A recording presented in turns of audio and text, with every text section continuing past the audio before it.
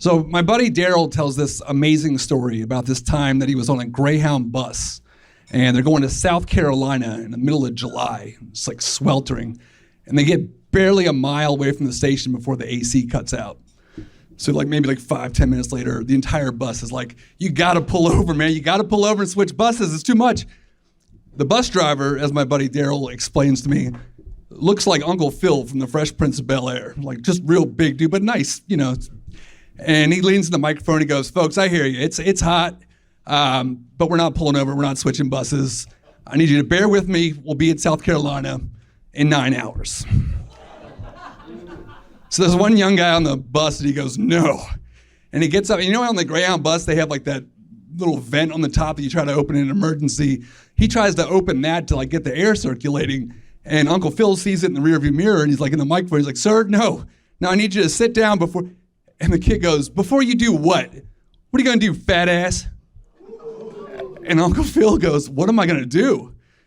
Pulls the bus over 3 lanes of traffic, and in one of the greatest lines ever said outside of a movie, he goes, "Next stop, ass whooping." Pulls over, and apparently they brawled on the side of the road.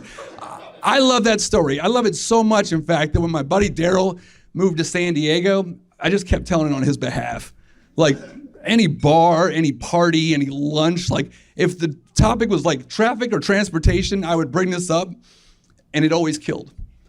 This one time, my wife and I went to a dinner party, and it was a whole new group of people, and we're trying to make a good impression, so we're sitting there, and after dinner, having some cocktails, people started talking about road trips.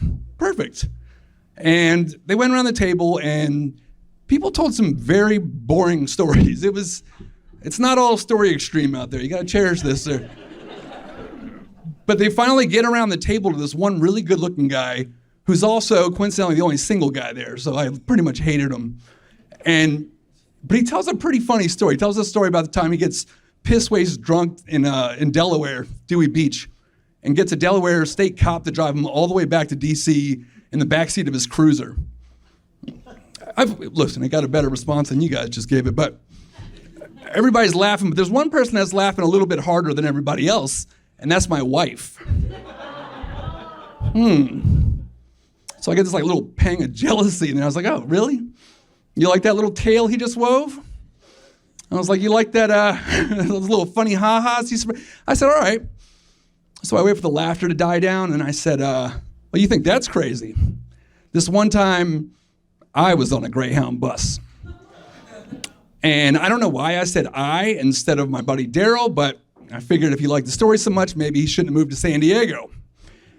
And so from there, I just launched into the story in the first person perspective, and it kills. And now that I'm in the story, I can add all these fun little asides to it, like the guy that tried to open the vent. "Would you believe this guy's sitting right next to me? Oh, this son of a bitch is climbing over me." I'm like, "Where are you going?" He's like, "I'll be where I'm at." I'm like, "All right, cool." And as I'm telling the story and people are laughing, it occurs to me that the one thing that's been missing from this story the entire time was me. Oh, it's amazing now. Now I'm building up to the punchline, and then everybody's leaning in. I said, and then one of the greatest lines ever said outside of a movie, UnclePhil says, "Next stop, ass whooping." The entire table just erupts in laughter. I'm on fire. I burned up everything at that dinner party, including Pretty Boy's story about whatever it was. I don't even remember anymore. It was my night. So dinner wraps up, we're walking to the car, and my wife looks at me and she goes, "That's funny, that's not how I remember the story going." And I told her, I said, "Well, you might want to get used to it, because that's how I'm going to be telling it from now on." They got good, man. And for the next 3 years, that's exactly what I did. I told that story 20 times with me in it. Sometimes I would just add new stuff and be like, "Yeah, I'm going to South Carolina to meet this chick I'm with," right? Second runner-up, Miss Charleston. No, I'm just saying. Sometimes I went a little too far, but whatever. The story always went over like gangbusters until this one time that it didn't. We were at my office Christmas party, and it's just wrapping up, and I end up in a car with my boss and 3 of my coworkers going downtown to meet 5 of my personal friends. And 3 of them were home for the holidays, which I hadn't seen them for a while. That was great. We get together. 2 crowds do really well together. In fact, it was going so well that we had some other people from the bar that joined us. It's going super well. And then this woman from my work goes, "Mike, tell him the one about the Greyhound bus." Like, that's how good this story was. People would call up and request it. It's like the summer the Hey Ya came out. Like, everybody wants to hear it. And so I said, you want to hear the one about you want me to tell the one about, I said, all right, this one time I was on a Greyhound bus and everybody leans in and they're all smiling. And there's one of my friends randomly was like just not in the mood like to have fun that night. And he's like sitting there up in the front and it bugged me a little bit, like it was messing with my head. But I'm also telling the story better than I've ever told it before. And so I keep going, and they're starting to laugh harder and harder. They're laughing so hard, I don't know how they can hear me. And I'm like, oh, good. But then my friend in the front's going the other way. Like, he's getting madder and madder. Now he's got his arms crossed, and he's looking at everybody else like, what do you like this? You guys having a good time? And I was like, damn. So I keep going, and now I'm leading up to the punchline. I'm like, dude, if he doesn't like this, somebody check his pulse, because he might be dead. Like, this story doesn't miss.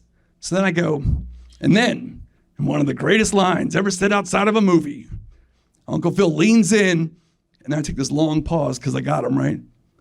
And then the guy in the front goes, let me guess, next stop ass whooping? And I was like, holy smoke, yeah, that's exactly what he said.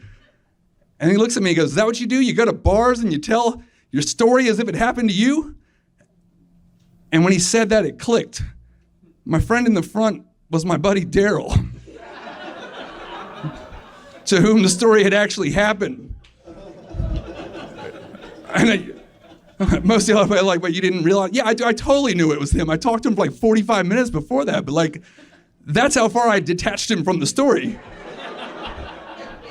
Like in this version, he hadn't even been born yet. In fact, like the first thing I thought when he said that was like, this motherfucker's trying to steal my story. And so then it just goes like dead silent. And remember, it's just standing there awkwardly. And my boss of all people is the one that goes, Mike, is this not your story? And I'm sitting there, I was like, well, I said, it's inspired by true events. And then my buddy Daryl chimes in, he goes, it's not his story, it's my story. You think Mike could have hooked up with second runner-up Miss Charleston? I was like, that thing came back to bite me. And the awkwardness just drove everybody apart. And all of a sudden, I'm standing there, just me and Daryl. And I'll never forget this. He walked up to me and he goes, you're a bitch. And then he just walked past me and left. It sucked. And that was the last time that I ever told that story until I told it on stage. And I've actually told it with him in the audience. And when I did it, you know, I realized that I tell the story way better than he does. Like, it's my story. Like, I was on the Greyhound bus. Thanks.